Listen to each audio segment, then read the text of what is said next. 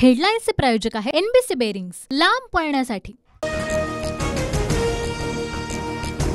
आज मनसेची महत्त्वाची बैठक पार पडणार। राज ठाकरेंच्या उपस्थितीमध्ये वांद्रे इथल्या एमआयजी क्लबमध्ये बैठकीचं आयोजन।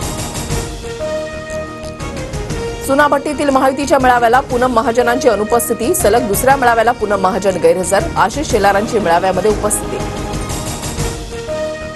भाजपकडून उत्तर मध्य मुंबईसाठी उज्ज्वल निकम यांच्या नावाची चाचपणी। पूनम महाजन यांच्या जागी निकम यांच्या नावाची चाचपणी। शिंदे गटाच्या भावना गवळी पत्रकार परिषद घेऊन भूमिका जाहीर करणार। वाशिम यवतमाळच्या उमेदवारीवरून गवळी नाराज। माझी आणि भावना गवळींची भेट झाली आहे। भावना गवळी प्रचारामध्ये सामील होतील। मुख्यमंत्री शिंदेंची प्रतिक्रिया। विरोधी पक्षनेते विजय वडेट्टीवारांना काँग्रेसमध्ये किंमत नाही। 10 दिवस दिल्लीमध्ये थांबूनही वडेट्टीवार मुलीसाठी तिकीट आणू शकत नाहीत। मंत्री धर्मराव बाबात्राम यांची वडेट्टीवारांवर टीका।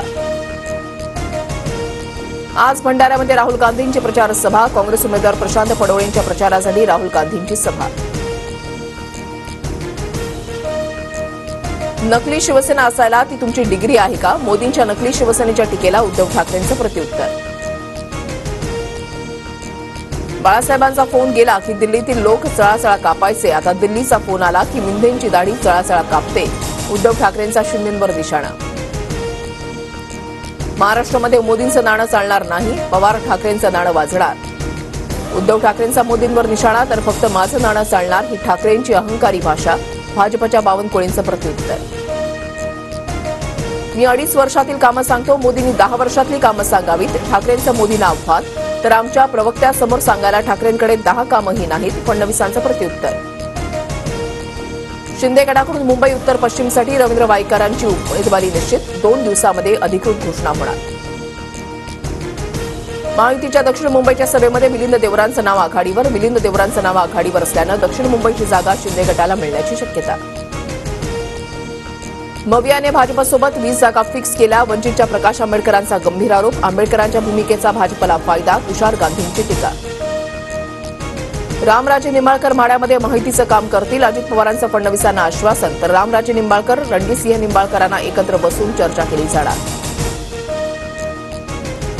बारामतीप्रमाणे माढ्यातही माहितीचा धर्म पाळावा। भाजपच्या राहुल कुल यांचं वक्तव्य तर अजितदादा दिलेला शब्द पाळतील। रणजितसिंह निंबाळकरांची प्रतिक्रिया। पावसाच्या खंडामुळे तुरीचं उत्पन्न घटलं। तूर उत्पन्न घटल्यामुळे तुरीच्या दरामध्ये वाढ। परभणीमध्ये तुरीला प्रति क्विंटल 11,500 रुपये दर।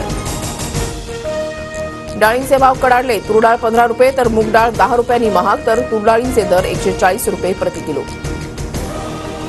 राज्यात 3 दिवस अवकाळी पावसाचा इशारा। 13 एप्रिल ते 15 एप्रिल दरम्यान वादळी वाऱ्यासह पावसाची शक्यता। हवामान खात्याचा अंदाज। लखनौचा विजय रथ दिल्लीनं रोखला। दिल्लीचा लखनौवर 6 विकेटनं विजय। कुलदीप यादवची दमदार गोलंदाजी तर रिषभ पंतची 41 धावांची खेळी। हेडलाईन्सचे प्रायोजक आहे एनबीसी बेरिंग्स, लांब पळण्यासाठी।